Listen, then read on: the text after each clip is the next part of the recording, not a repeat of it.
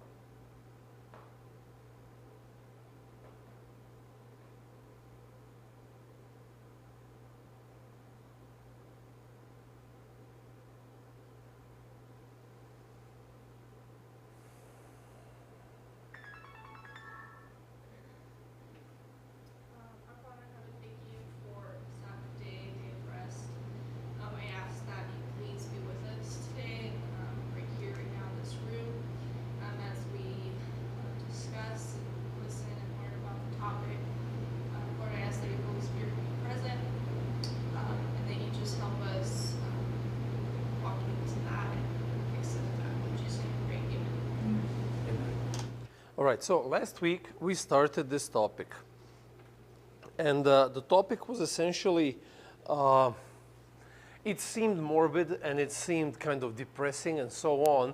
We started reading the book of Ecclesiastes that actually has a apparently very depressing outlook on life, at least in the beginning. When Solomon writes things in the beginning, they seem like there is nothing new under the sun, like everything is just a breath. Why do you work so hard? Who cares? You're going to die anyways. Your generation is going to pass away. Nobody's going to remember you in 100 years and stuff like that. That's kind of the impression that he leaves. But actually there is way more to it. If you remember last week I told you, he starts like that because his idea is that until we come to terms with our own finiteness, we really can't embrace the infinite that God has for us. So today I would like us to continue where we stopped last week. And if you remember, I gave you homework. You guys who were not part of that, you are off the hook, but everybody else is not. So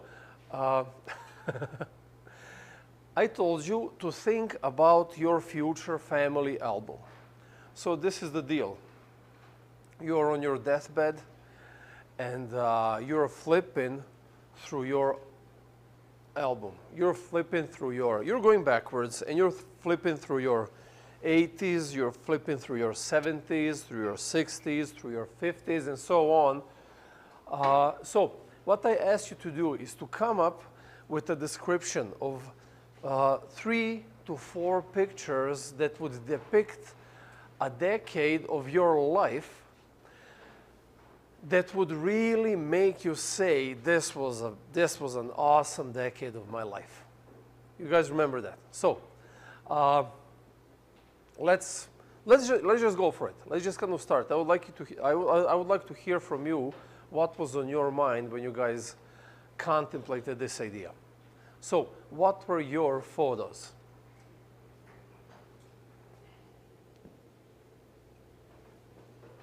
I'm going to finish my bagel while you're silent. Erlyn. I know because I think about this often. Okay. There's this image that I have, and it's like I'm in this beautiful home. It's not like this huge mansion. It's just enough room to host people, like have family and friends. Has a big yard with a lot of trees. Have some string lights hanging around. My son is already maybe like college age. He brings family, friends, but it's all like, I don't know, I feel there's a lot of warmth and openness and love, and I feel at peace and like satisfied that I have like a healthy relationship with the people that I love. And I'm also like satisfied where I am in life, like I don't want to say necessarily financially, but like purpose wise. Like I've figured out my purpose, I've been working on it, and you know, I'm satisfied that I don't know, that I am where I feel like I was supposed to always be. Like I'm sharing my spiritual gifts in whatever way that is. I'm still working on that part, but you know, in my future I know what it is. So I feel very happy about that. Like that's the image that I have. So you're talking about your 50s. That's how it sounds. Yeah, it's like 45, 50s, like middle age. Like I guess it's not that far. I'm not 80 or 70 yet, but I think I am. I'm thinking like 45, 50s. All right. What about your late 30s and early 40s? I feel like that, I think, is a lot of still like... Give me a picture. I want to hear the picture. If I think of like my late 30s, what I see myself is like still working towards the goals that I have in the 40, 50. So I see myself like a lot of that, like kind of how they say the hustle culture, but in the sense that I'm like still working on myself, like mentally, emotionally, spiritually. Like so what does the picture present? Like an office space? Yeah. Honestly, yeah, it does present like I don't know if it's a home office, but I think I do see myself like I'm in this room and I'm collaborating with other people and I'm working. I don't know what I'm doing, but I'm working, and I see that, and there's a lot of collaboration with other people happening, and I feel happy in that moment in time, even though I'm stressed, but happy. Okay, let's skip real quick to 80s. 80s, I'm like chilling with my grandchildren. They think I'm the dopest grandma. Picture. I want to see the picture. Okay, I'm by the sea. I feel like I have a house by the sea. I have grandkids that love visiting me because they think I'm like a badass grandma. And like, I don't know, that's like a beautiful sunset in the evening. I'm still living an active lifestyle. I still like to go on walks. I like to go swimming. I like to adventure. And I still have a good relationship with the people that I love around me because I've always chosen. I've always chosen to have good relationships and I don't know, and be open and loving. And I don't know, I feel like a lot of warmth happening. Okay, cool. All right, thank you. Okay, rest of you. Did you guys think about this? I want to hear what your, like same thing. I want to hear 3 pictures described. And you pick which one you guys want to go with first. I got this one picture. Because at work we always take the group picture of your team. And I've seen I'm looking at them the other day. And older pictures when I first started, till now, and then when I first started again, and then till now. So I saw it as, I'm hoping to be there for a long time. But you see the picture where everyone else, you're just sifting through these pages like, oh, this was like 2001, 2002, 2003, whatever. You just see everyone kind of changing shape a little bit, growing, getting smaller, a few more wrinkles. So what decade are we talking about? Like the picture describe Right now until maybe till my late 40s. Maybe okay, so the next decade. Because Next the decade next is- decade is highlighted by your work. Yeah. Okay, what about your 50s? Retirement. Huh? Just kidding. I'm ready to retire now. That's ambitious, but doable. Kind of shifting into still now until late 50s, snowboarding. Picture. So we So are me and picturing snowboarding. Dickie on the mountain, and things change. People added, people shrinking. Like you get the Dickie has a occasional- long gray hair and a Gray. beard, like yeah. looks like Benjamin Franklin, but and then but also like even looking at it like family, having our niece being born, seeing her as time goes on, you see her grow. Maybe another kid's added, another Patricia finds one, whatever. The dog's getting a little older. That's about as far as I want to go with that one. But and us getting a little shorter or whatever, a little chunkier. And then we have this fit type. Okay, give me the picture from the 80s. Group smaller. Huh? Group is a lot smaller. Just being, maybe me and her, just me and her, taking a photo for Christmas. Having him, I was about to say, he's what about him? 150 years old. Still as vibrant as ever. Looking to give a ball. We're trying to take a picture, a family picture, and we're holding a ball. Because we have multiple pictures like that. But him through his life, he'll have, still trying to give that up. Okay, thank you. One more, at least one more. Come on.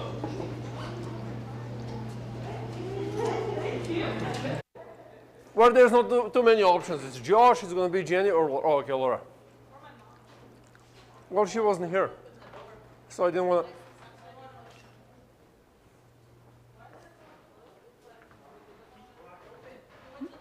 Huh?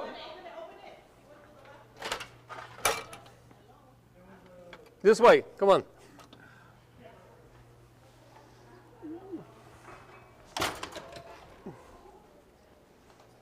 I just leave it open. Okay, so 3 pictures, 3 photos, and let's have them set backwards. Let's start with the 80s, with the 50s, and with the 40s.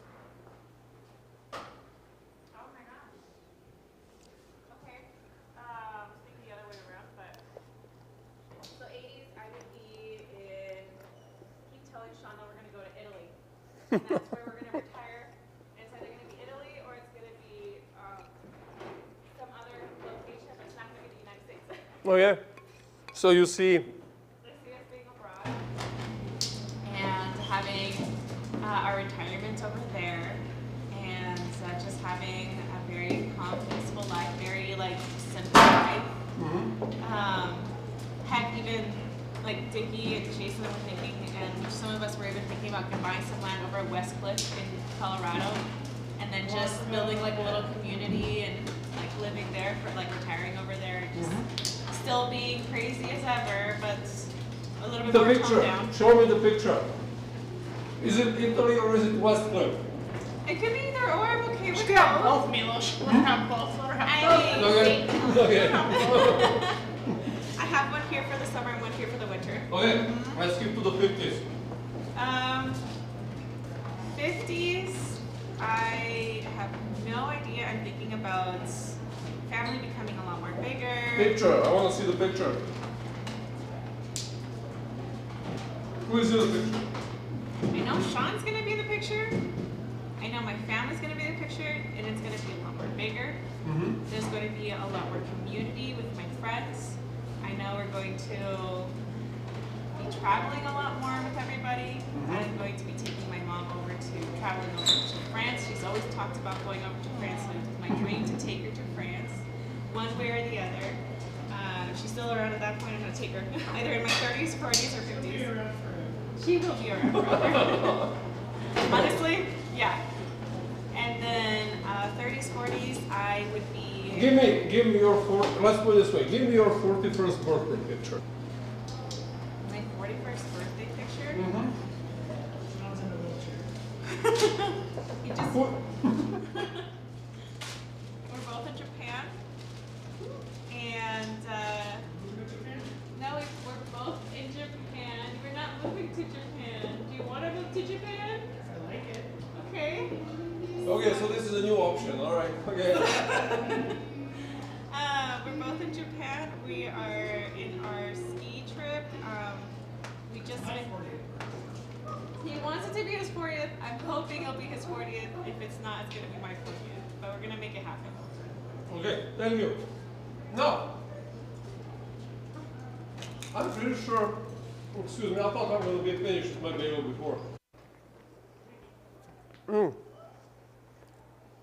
The rest of you who didn't participate. So I'm pretty sure while we had this little exercise, you were contemplating on the same thing.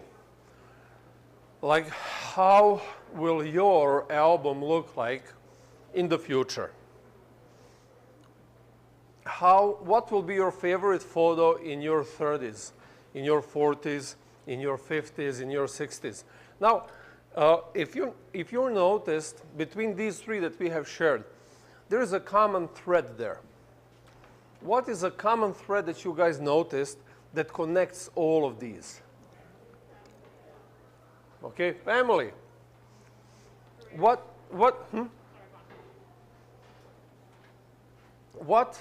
underlines this presence of family? So,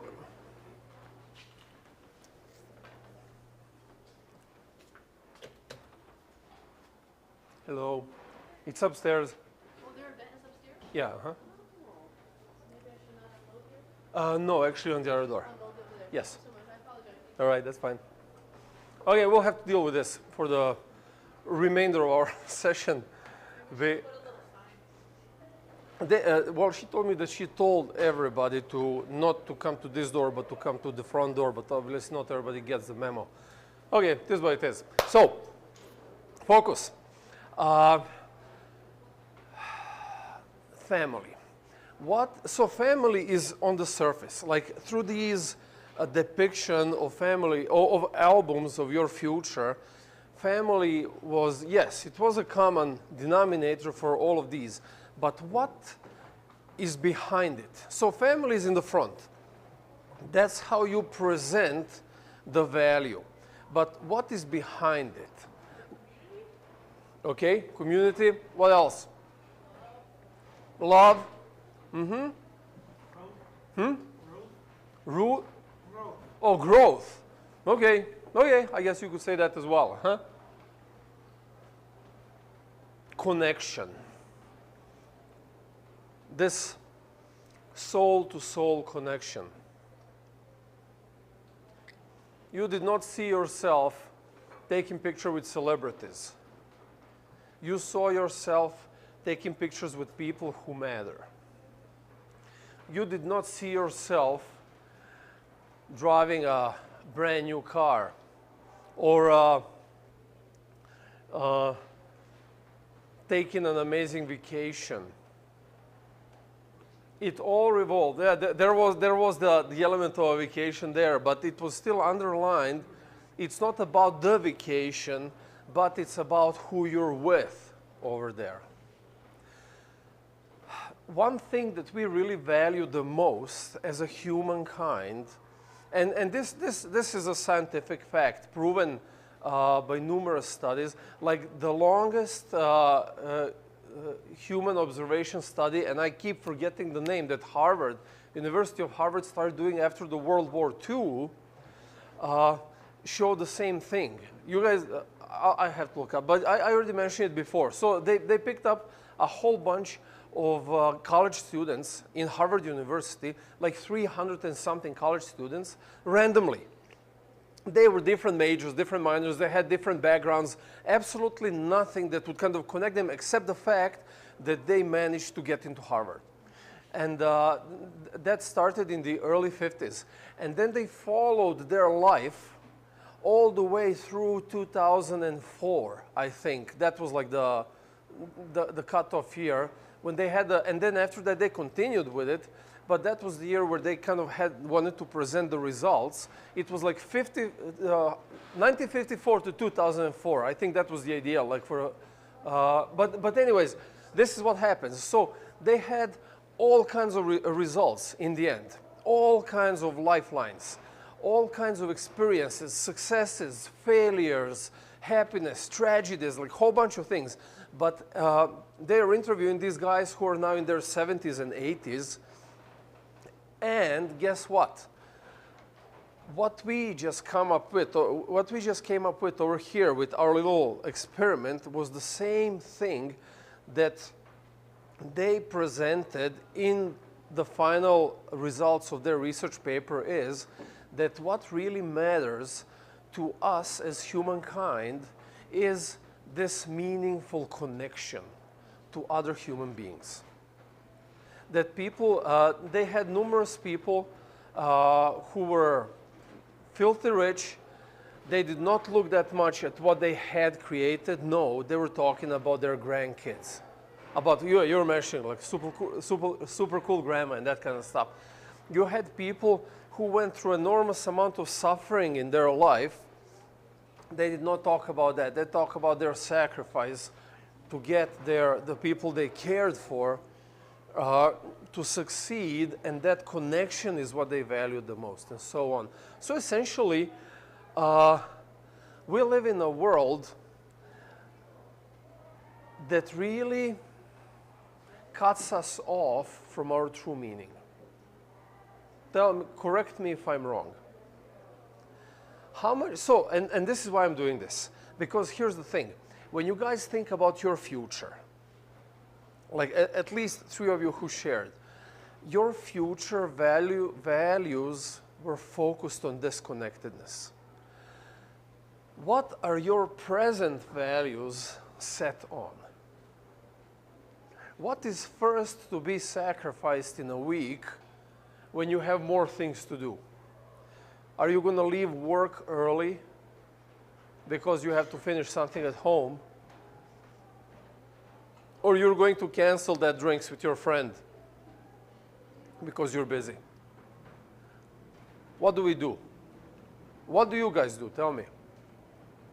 Are you going to cut short on work, or are you going to cut short on social engagement in order to accomplish something that needs to be done? Tell me. I mean, it depends too. Like, I mean, my work, it's adjustable. Like, I am always over hours in the back end of the week anyways. But what is the first thing on your mind that you will cut time from? Huh? So you will first take the time off of work in order to engage socially. Most of the time my work is socially. Okay. We had a debriefing / happy hour this week, and I got off the clock early. Okay. But I still made my hours for the day. All right. That's nice to hear. Okay. What about the rest of you? Who else had a hand up? Oh, I did, but I was gonna say I'm a bad example because I feel like my problem is the opposite. I will let go of some things in order to engage in social, but I feel like it's unbalanced. Like I need to be better at balancing work and social because sometimes I move too much to the social, which is good, it's healthy, but then at the expense of what else? The financial, which is also important in this. Okay. Okay. And you took that as a bad example, and I see that actually as a really good example. Oh, okay. Well, I mean, yeah, but you also gotta pay rent and stuff. We'll get there. Okay. We'll get there. I have always, so I decided to become a massage therapist because I got the flexibility of choosing my hours. And with being able to have the flexibility of choosing my hours, I got to spend more time with my family and my friends. And as more time passes by, the more and more I do that. Like right recently, I've changed my hours to get off so that I could see him in the evenings. For 2 days, I have dedicated the entirety of that entire day just to not seeing anybody but work so that I could have the rest of the week enjoying my time with my family and friends. Sunday, tomorrow, we're supposed to go up to the mountains, but I still need to, I told this to Sean, like, you need to, like, friendships are work. And in a good way. You have to put an effort to build a friendship. And if that means that I'm gonna go to church at like 8 o'clock, 7 o'clock in the morning so that I can see a service with my friend, and then drive all the way back home to pick him up, and then go all the way up to the mountains so we can have a wonderful weekend, that's what I have to do. It's like you have to put in people first because work will replace you in an instant. And being able to have like a living situation, I completely get that, but then you can find somewhere else. And it's gonna be rough, but that is always never going to change. Mom always told me that money will come and go, but your friends might not. Yeah, that's true. This is awesome. Like, I love what I'm hearing over here right now. Because here's the thing, like, the same, this is exactly, I kind of expect a different response, though. Because usually, like, yeah, exactly, yeah. If we had Victor and Philip here, they would be saying a different story. Yeah, that's true, yeah. But the environment of the Western society, especially like the issues that you're talking about, are becoming more and more noticeable with the inflation for the past 20 years, with the like everything is more expensive, salaries are not catching up, and so on. So everybody feels that they need to work more just to achieve the same that they achieved with less 10 years ago. You guys weren't even, none of you were actually really in the workforce for real 10 years ago. But I can see that, I can feel that, because I look at our bills and I see that, yeah, it was easier 10 years ago, you know? Yeah, you know? Yeah. But this is the thing. We live in a world that keeps pushing us constantly to invest our time in toil. Look, so let me remind you. Let's go back to that. So Ecclesiastes chapter 1, verse 2. What does man gain by all the toil at which he toils under the sun? This is a question, it's a rhetorical question. A generation goes and a generation comes, but the earth remains forever. Now, we touched up on this a little bit. I would like us to go a little bit deeper and think about this over here. Because here's what Solomon does. He says, most of your time on this planet you spend working. At that time, it was even more obvious. At that time, it was literally a matter of survival, whether you're going to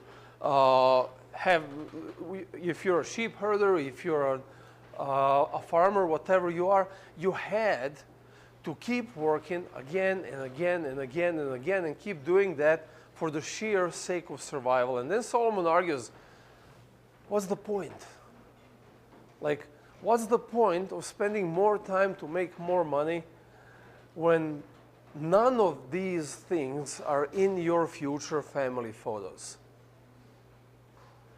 So he is really kind of obvious answer that he's pointing to is, what do you gain? Nothing. So my question is this. Evelyn brought that up, and I would like us to talk a little bit about that. Solomon says, stop slaving away and start living. Because here's the thing. Today, you're here, one generation goes, and tomorrow you will just be a name on a tombstone. And those things happen real quick, actually. The simplest way is this. Remember your high school. A breath. Remember your college. Breath, it's gone. You are here right now, wherever you are, toiling under the sun. So this is my question. Let's think about this. What does a man gain by all the toil at which he toils under the sun? Where is this under the sun? Where is this under the sun? What does it mean? How do you understand this statement, under the sun? It's not a common thing that we use in our language, in like everyday English. But how do you understand this terminology when he says under the sun? Just everything. Everything that the sun touches, whether it's work, family, everything. It's like, what is the point? Okay. It's like, why are you toiling so hard? Okay. Everything of it's just everything. Okay.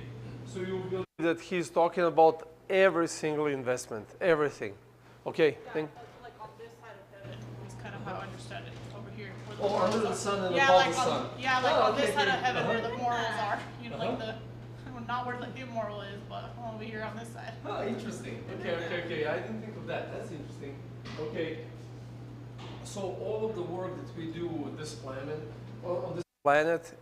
in this world, he says it's a waste of time. All right. How do you feel about your life under the sun? Do you, and this is the question actually, do you relate to this statement? It's all a waste of time. I wouldn't say completely everything. Huh? I wouldn't say like I don't feel like everything has been a waste of time, but I feel like there has been periods in my life where I'm like, what was this all for? Like I busted my butt for this, and I thought this was gonna happen, and it didn't even freaking happen. So then it's like, what was all this for? I mean, on the other end, I don't necessarily think it was a waste of time because I learned and I grew, and there was important things that I got from that.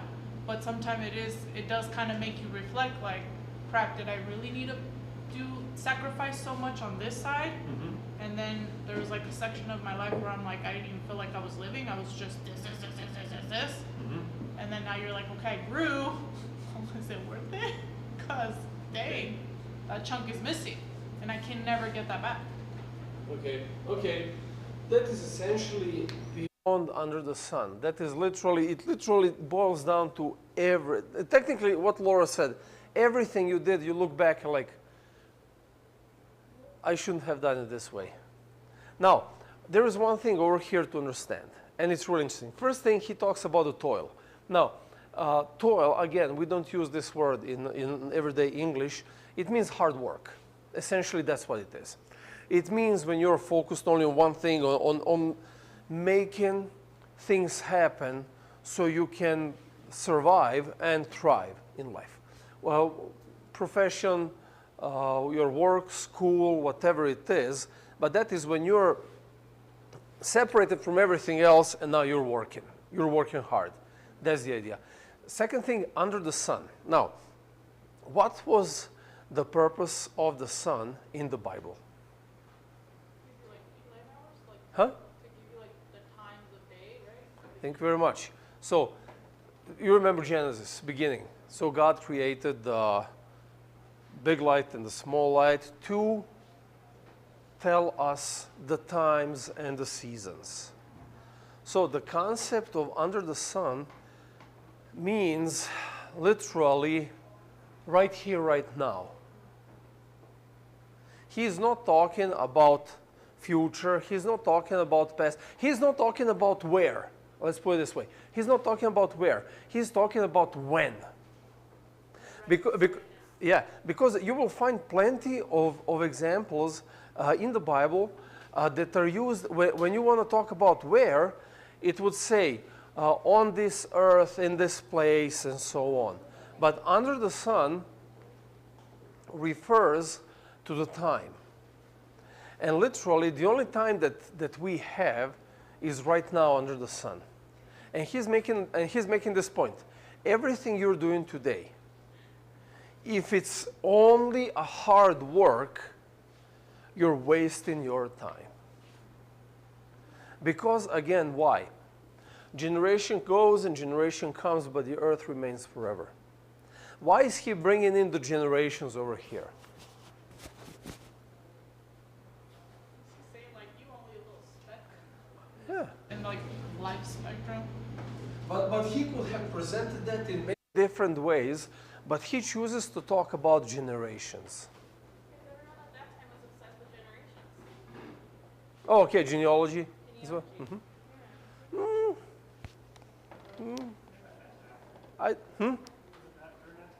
Excuse me? Okay. At least, go ahead. Could it be, like, including the family, like, in a generation, families also, like, 'cause a lifetime technically back then wasn't a whole generation, that was more like a few families, or is that, like, does that mean multiple families, or it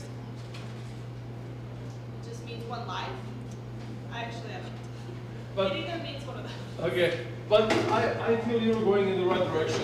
Yeah, like, is he trying to say, like, is it kind of like trying to humble ourselves a little, like trying to humble us a little bit, like, because it says a generation goes and a generation comes, meaning like if your lifespan is only one part of a generation, and how many are coming and going, and you think like yours is really all, your little lifespan is like that important in the grand scheme of things? Is that what you're trying to say, maybe? I think that he's pointing out over here the real importance in life.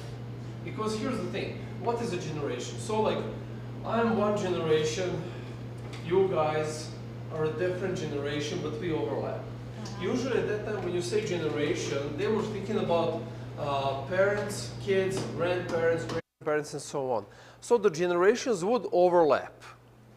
But the matter of fact is, as one generation is leaving this world, next generation is coming, and the older generation that goes, they witness the new generation coming. And the new generation that is here, they're witnessing the old generation coming, going. But the point over here is, again, what we did in the beginning. What is really important to us as humankind? Connection. This meaningful connection in between the generations. And what you know right now, so he completely oblivious of what we are doing over here, playing with stuff. He's living. Huh? He is living the moment, yes. But here's the thing. He is going to witness all of us go. You know? Hopefully not so soon. But nevertheless, some sooner, some later. And then his time will come as well. You know? And it seems like over here, when Solomon tries to make this point, he is trying to get us to be aware of our finiteness. Because we constantly live a life today as if we're going to live forever. And Solomon says, until you come to terms with your deathbed, you really can't come to terms to your family album. That's why I asked you to kind of be on your, as we are doing this exercise, sit on your deathbed and think of these pictures in your album from your previous life. The life in your 80s, 70s, 60s, and so on, what you value the most. Because when you feel that you're going to be here forever, you don't think in those terms of what is really important in life. You think in the terms of bills, paying the rent, and that kind of stuff, because, yeah, well, that's what's happening right now. But in the long run, you'll get that figured out, but the important things that we really find meaningful in life are being left aside, especially in our American society. In our American society, families are very kind of stretched out. You know, my wife and I, yeah, we spend time together every day, but what about our parents? What about our nieces? What about our siblings and so on? We talk twice, 3 times a month at best.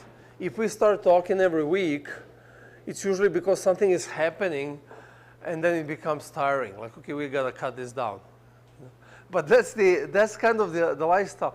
On the other hand, when I grew up back in Serbia, it was 3 generations in the home. It was so grandmas were taking care of us while mom and dad were at work, and my sister and I were there. And that was everywhere. It was like that. Everybody was in each other's business. Everybody was telling you what to do. But then when you needed something, everybody was over there. You know, even when you didn't ask for help, people would be there. And this expanded outside of a family to a neighborhood, to second, third generation of cousins and so on. And now looking back to that time, like it was good. Yeah, annoying at times, but it was good.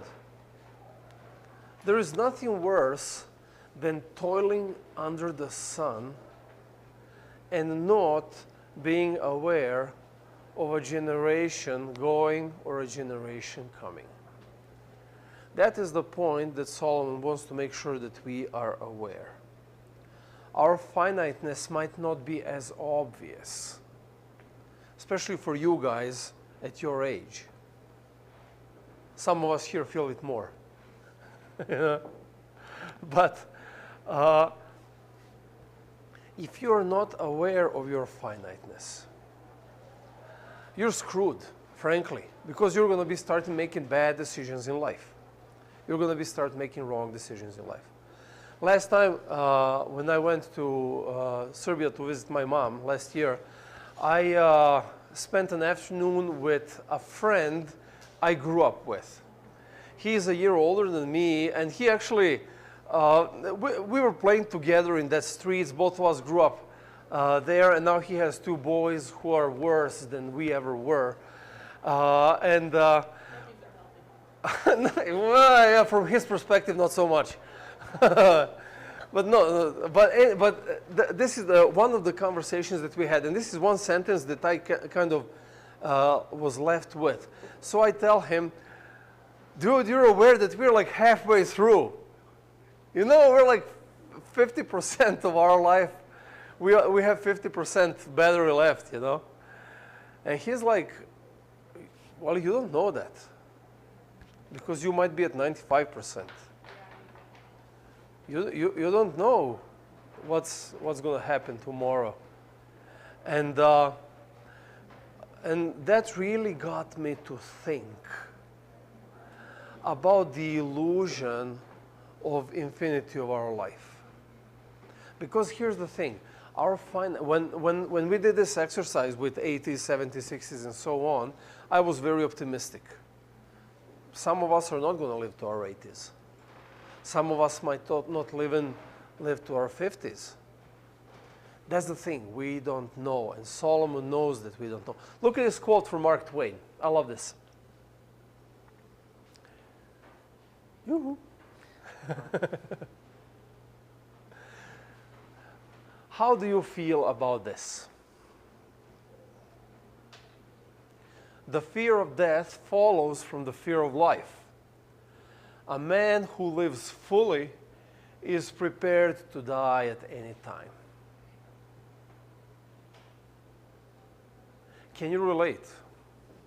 It's not that easy to relate to this.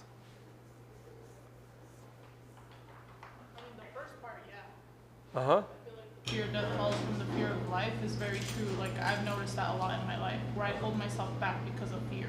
A lot. But then it's like, that's not living. If you're holding yourself back because, oh, this might happen, that might happen, I can't do this and this is. Well, then, if it happens, it happens. Well, the second part.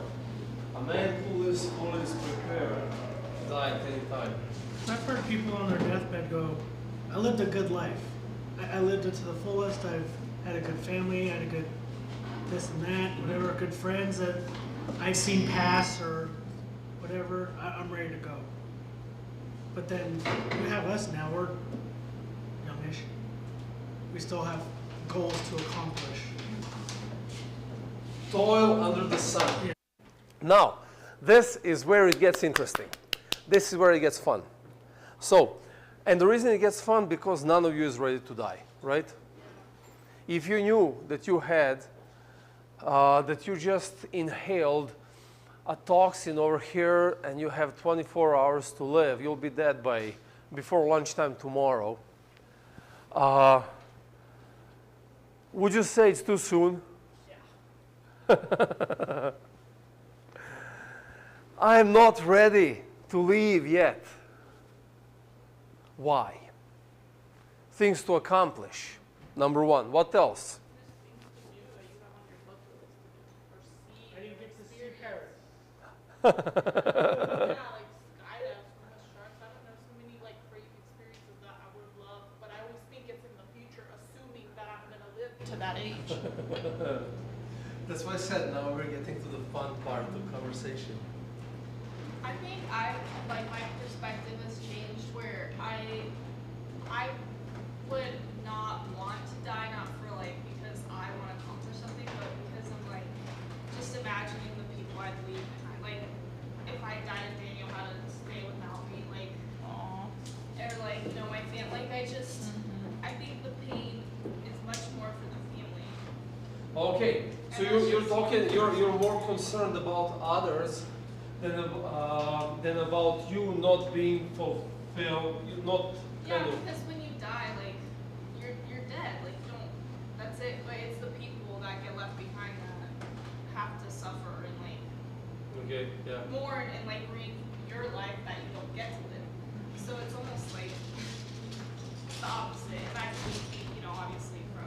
So okay, let me ask you this. That means that you will never be ready to leave. Yeah. Yeah. Maybe. When you're 80, when you're 90, you're not going to be ready to leave. No, you know, it's different growing older and like expecting it. What? Okay. Okay. Say bye to you. Uh-huh. And stuff. So yeah, that's maybe the only time you might be ready. It's like you know you're gonna die, you're on a deathbed, you know, it's like that's like the perfect act. That's it. Okay, but here's the. Wait, I was I gonna mean, add I wanna something go to what miss, you like, guys too. to what you guys were saying. Like for example, like I would feel more like for example, let's say that my sister dies unexpectedly. Yeah, it would be a very big heartbreak. But if I knew she had lived this life, like oh Jenny was like working this career that she loved, she had like done all these great experiences, she was living like I knew she was at her fullest, and she left suddenly, but I knew she was living. I think that would give me even more peace. Even though it's like, you know, I'm gonna miss my sister and I'm so sad that she's gone.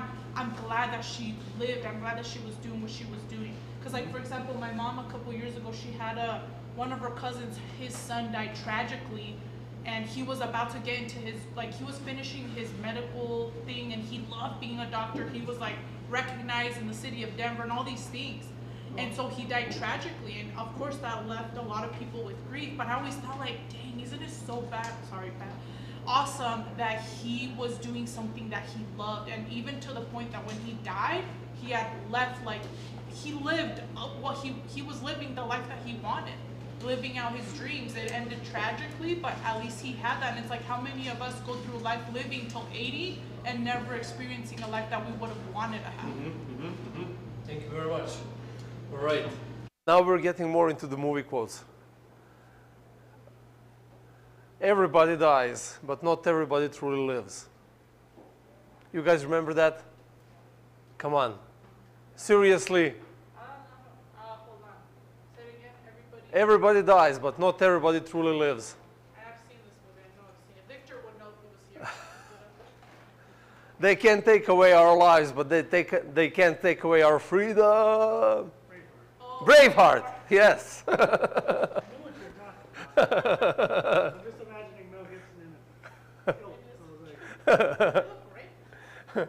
No, but here's the thing. A lot of these things, like we look back at these quotes, at these like this kind of stuff, and it sounds cool and it sounds interesting, but it actually conveys wisdom of previous generations, where the value of life is not measured by its length, but by its fullness. So the idea, and I really, I was thinking about this a lot. I don't want to die. I want to live. There's stuff I want to do, same thing. But what I'm really, really trying to do right now is to live a life that if I die tomorrow, I'll be like, okay, I'm ready to go. You know? Because that is what really values. That is what's real worth. Toil under the sun is a waste of time. You know? Toil under the sun, yeah, it's a necessary evil that we have to deal with. But if everything that you put in under the sun time is toil, then you wasted that time. That is the idea that Solomon is trying to tell us. You might, God forbid, but you might die tomorrow. Are you ready? If you're not, then go skydiving. Go save the world. Go make a foundation for veterans, cats. Go whatever is on your heart. But don't go to Italy, my goodness. Or Paris, what was it? No, Italy. Yeah. Japan, yes. But the point is, life that we live. Huh? why can't I go to Japan? When? Why? Why? You said don't go to Japan. No, go to Japan. Oh, Go. don't go to Italy. No. Oh. Why? Did I really say don't? I thought you said I feel like I heard it. we both heard don't. No. Go. Why? Go. Do these things. Not just things that will be fun for you. Not just that. Yes, do those as well. But do things that fulfill you. That really make your heartbeat count. That's the idea. Because tonight might be the end. So do it today as if it was the last time. But I think the point of Ecclesiastics is that we can do those things. We can go and try to live a life fulfilled like that, but that it doesn't actually matter. He's saying he goes through the whole thing of I tried this, I tried fulfilling myself at work, and it was good, but in the end, nothing really mattered besides the fact that everybody comes and goes, everybody dies. So really, what really matters is that you follow God's commandment and love others. We'll get there. You're kind of jumping ahead. We're going to discuss that part next week about I got myself this, I got myself that, and so on. Let's read one more verse from the beginning. This is not verse 2, it's verse 11, I think. I misquoted that. There is no remembrance of former things, nor will there be any remembrance of later things yet to be among those who come after. What does this mean? Jenny kind of started that idea, but what does this mean to you? How do you, excuse me, how do you understand this in the context of what we were talking about and in the context of your own life? Photos.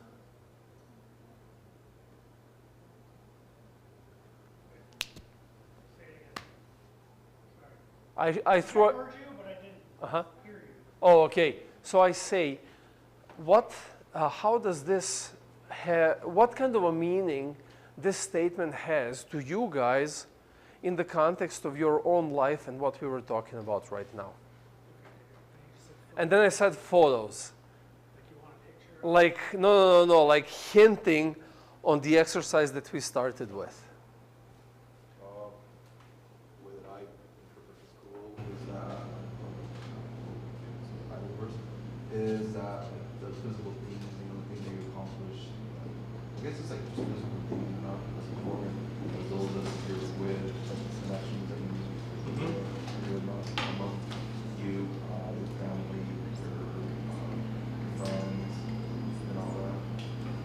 You said that the photos, like you're referring to the album. Okay.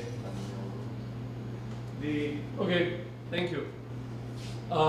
Andrew said, like, when I said photos, he's talking about physical things, about the things that, like, they're not as important as the connections that we actually create. So let's put it this way. What gives a value to a photo? Any photo. The memory of it? Up to that one specific person or to the group of people who are involved in that. Someone else is going to come over and see this photo and it's going to be meaningless to them, so they're just going to trash it away. It means nothing. This is one of the very interesting things that I remember from, like, I think that's back in California. We were cleaning an apartment out, and it was part of I was working with some guys construction, and we were cleaning this stuff out, and there was like a shoebox with a bunch of photos. They were not old photos necessarily, but there were like a whole bunch of stuff, and they were just standing over there like on the shelf while we were taking our stuff out. And one of the guys is asking, "Well, what do we do with this?" "Well, yeah, just throw it away. You know what? You know, if they left it, obviously, you know, they're not that important." And now a conversation. Well, they might be important to somebody. Well, whoever that somebody is, they're not here. They left it, so it's just throw them away. The actual value of a photo is not in the paper. It's not in the quality, frame rate, shine on it. None of these things. The real value in it is a connection that photo actually reminds us of. And there is no remembrance, as he says over here, of former things. When you're gone, all of the things that you value are gone with you. You remember when we talked last week about the pretend life? Remember that? So like kids, again, playing with their toys, and for the moment of that brief moment of playing with those toys are alive. They're not pieces of plastic. They're alive. There is life in them while they're fighting or hugging or having a tea party or whatever it is. And you hear dinner time, they just drop down as pieces of plastic because the real world awaits. Well, this is the same thing. We tend to create memories in a way that doesn't matter. We love to save photos because they remind us of good times. But the good times are actually in us. And when we are gone, the remembrance of them is gone as well. So the idea that I feel Solomon is really trying to emphasize in the beginning of his book, before he even gets to all of this, like the Jenny started talking about material things, and then later on he's going to talk about emotional things, and then he's going to be talking about personal things and so on. And we're going to kind of go through that and sort that out. The beginning is this. You guys, if you're not living fully today, you better start, like right now, whatever that fully is. And then tomorrow is going to take care of itself, as Jesus would say. Now, Jenny brought up one more thing that I don't necessarily agree with, is that Solomon is making a point that the only thing that values is like a life with God that you have. That maybe I misunderstood you.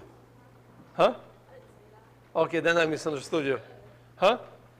He said the other things were good, like some of it was good. Uh-huh. Other stuff, like the wisdom, the word. It is good, but it comes with those. Okay, all right. We'll talk about that. A life with God might be a foundational source of a life fully lived, but it's only a foundation.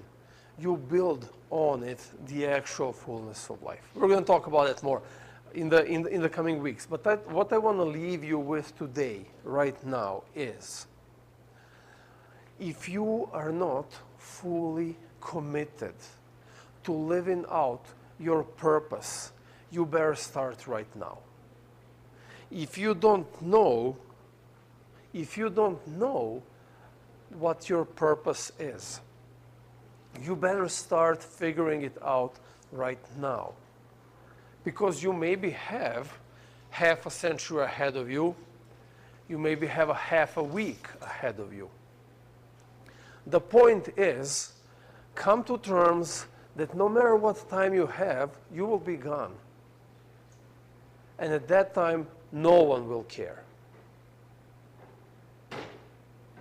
Remembrance, there is no remembrance of any of that stuff. Even the people we do remember from history, we remember them probably in a very different way than who they really were. We remember the things that they did, not who they were as people. Just because either they did some magnificent or some atrocious things. But the bottom line is, my friends, you're young, but you might be gone next week. So, whatever is your God-given purpose, you better start living it up. Like everything should be put into it. Toil? Yeah, we can't avoid toil. You got to pay bills. No question about that. That's fine. But when toil tops your purpose, it's vanity. At that point, it's all but a breath. Insignificant. So, do you guys remember, let's wrap up and finish with this. Another movie quote. You know, you better know this, or I'm going to seriously be mad. Seize the day. Carpe diem. Dead Poets Society. If you didn't watch Dead Poets Society, you better watch it. It's an old movie from back the 90s, I think, with Robin Williams. But again, a movie that depicts in a very amazing way what does it mean to live life fully and to end life fully. Huh? Yeah, like in life to live. That's why I titled today The Life of Death. Because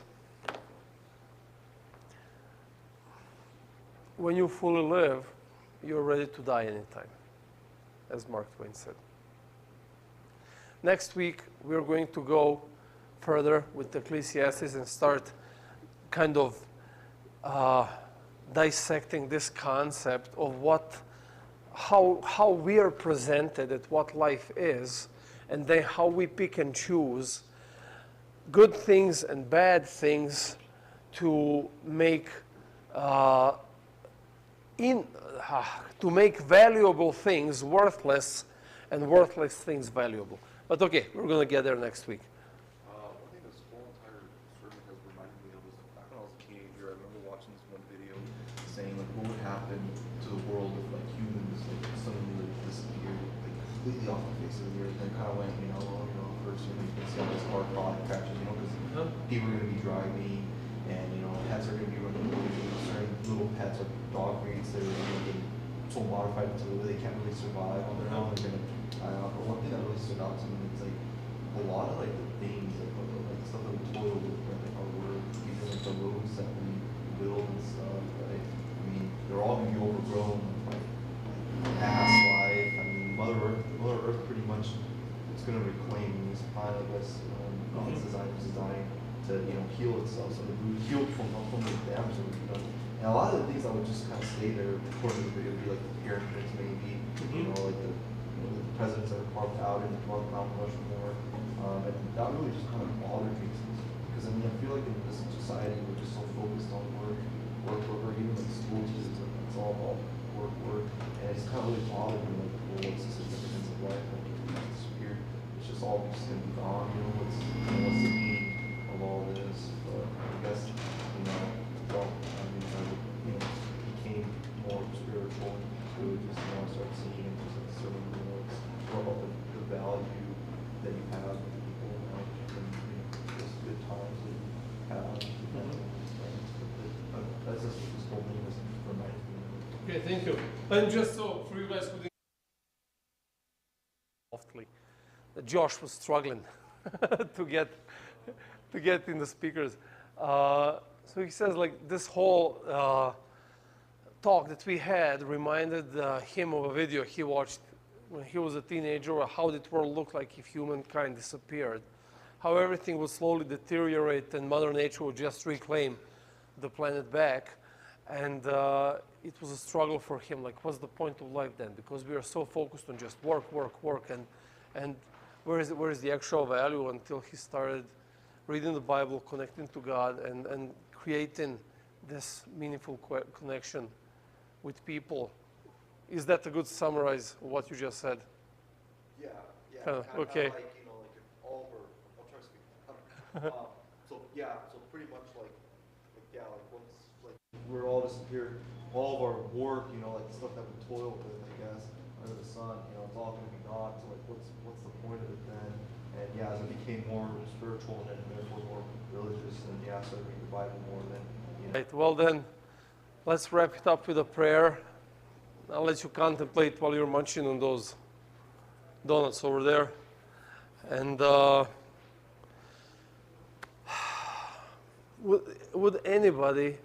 is anybody compelled to pray? Dear Heavenly Father, firstly, we want to say thank you for another day of life that we get to see today, that we got to wake up, see family or friends, come and spend time with you. I want to say thank you so much for the sermon that we had today, that Pastor Milos got us to think about how we're living, how we're connecting, and the importance of connecting and living a life that is purposeful and fulfilled. Help us to think about this throughout the week and to think about how we can incorporate living a fulfilling life, a purposeful life, a life where we can live and say, you know what, I'm ready to go at any time, and whenever you call us.